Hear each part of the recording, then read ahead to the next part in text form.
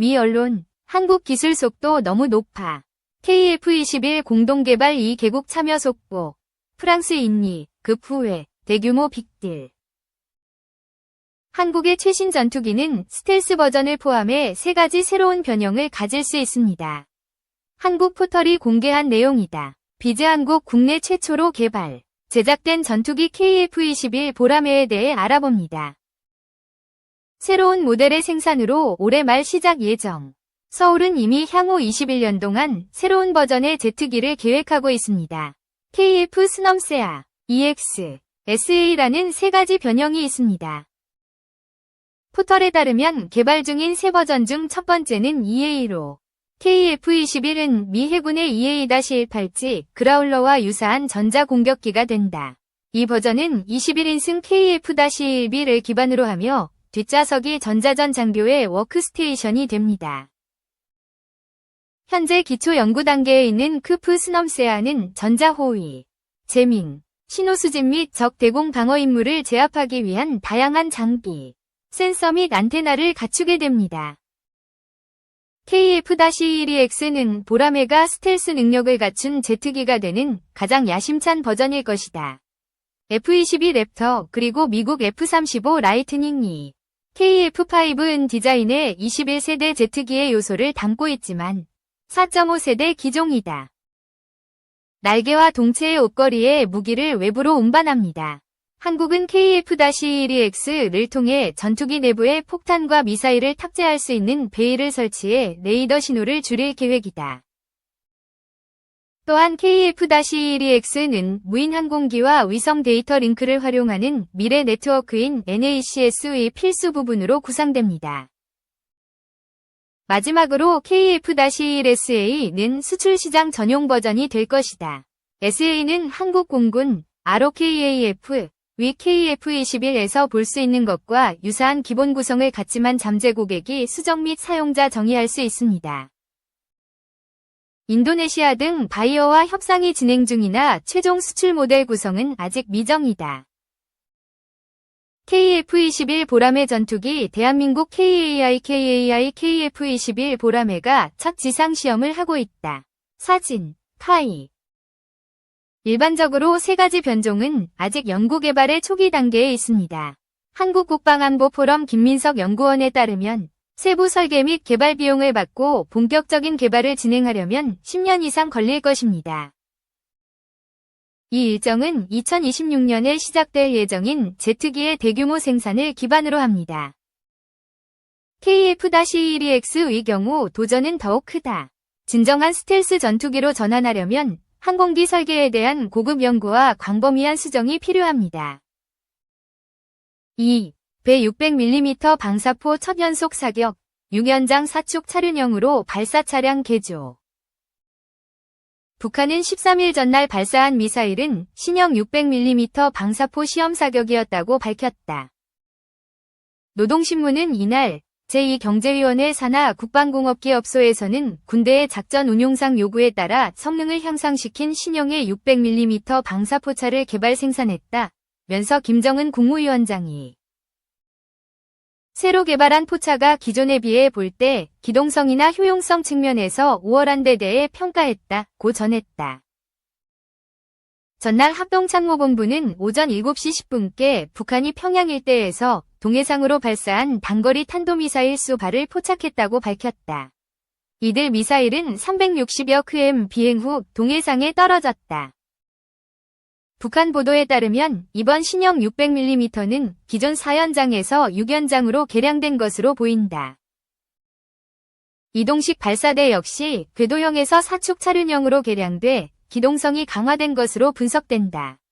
특히 이번 사격은 600mm 초대형 방사포의 연속 사격도 식별됐다. 국회 국방위원회 소속 유용원 국민의힘 의원은 기존 사축 4연장 차륜형 초대형 방사포는 발사 충격에 따른 차체 흔들림으로 연속 발사가 제한됐다면서 개발 당시 발사 간격은 17에서 19분으로 무리한 연속 발사 시도로 상승 단계에서 추락하기도 했다고 말했다. 이어 신형 사축 6연장 차륜형 방사포는 탑재 중량을 늘리고 발사 안정성도 높아 기동력과 동시타격 능력이 증대된 것으로 보인다고 밝혔다. 특히 이동식 발사대 TEL은 궤도형에서 사축 차륜형으로 개량돼 기동성이 강화됐다고 분석했다. 3. 무인 전쟁 1. 기관총 찬 로봇계 정찰하는 무인차 육군의 진화. 인구 감소로 국군 병력이 지난해 말 기준 50만 명 아래로 줄었다. 육군은 병력 손실을 최소화하면서 효율적으로 임무를 수행하기 위해 무인 전력을 강화하고 있다. 육군은 미래형 지상전투 체계를 아미 타이거라는 이름으로 전개 중이다. 아미 타이거는 첨단 과학기술이 집약된 미래 지상군으로 인공지능, AI과 로봇 등으로 전투원의 생존과 효율성 극대화를 추구한다. 아미 타이거의 핵심 중 하나는 다목적 무인차다.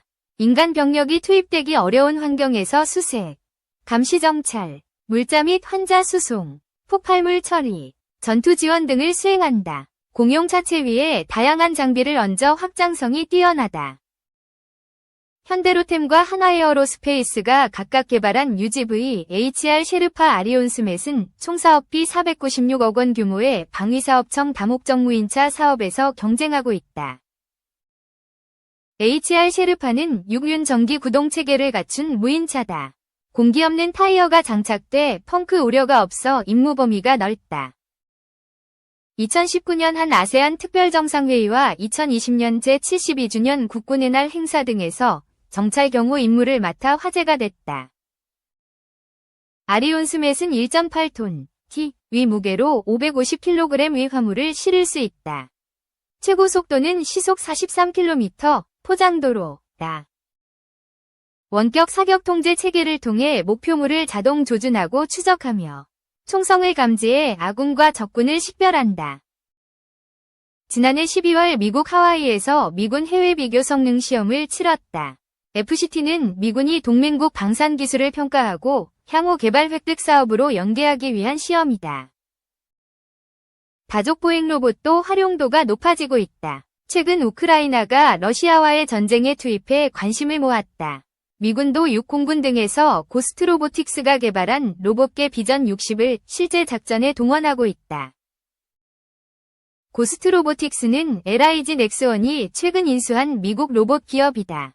비전 60에는 고성능 정찰 카메라, 지뢰 탐지용 센서, 기관총 등이 탑재된다.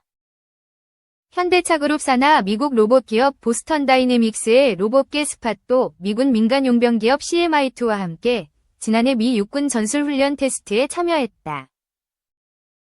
방사청은 지난 7월 신속연구개발 사업을 통해 육군 특전사와 전방 한계사단에 사족보행 대테러 로봇을 시범 배치했다. 이 사업에는 현대로템과 국내 로봇기업 레인보우 로보틱스가 함께 참여했다. 육군은 임무 수행 능력을 검증한 뒤에 공식 배치 여부를 결정할 방침이다.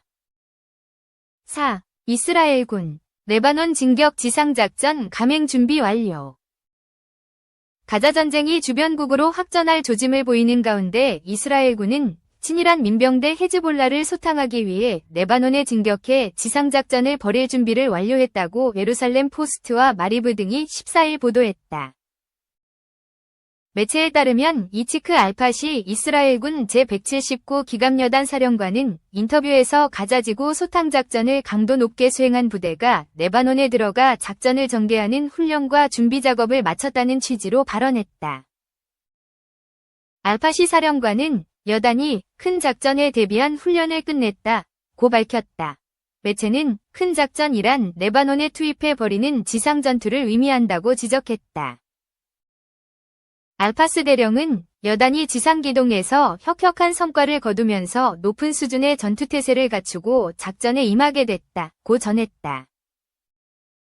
이어 알파스 여단장은 장병들이 자신의 역량을 극대화하고 최고 수준의 전문성을 발휘하고 있다며 지난 1개월 반 동안 보병, 공병과 합동 공격작전을 펼치면서 전력이 발전해 모든 작전과 전투에서 전문성이 제고됐다고 강조했다. 지난해 10월 7일 가자 전쟁 발발 직후 제179 기갑여단은 제99사단 예하부대로서 제일 먼저 국경을 넘어 가자 지구에 들어가 지상작전을 전개했다. 제179 기갑여단은 개전 당일 출동 명령을 받자 즉각 정찰 중대를 베리 키부츠에 투입해 전투를 벌였으며 직후에는 여단 전체가 전투태세에 돌입했다.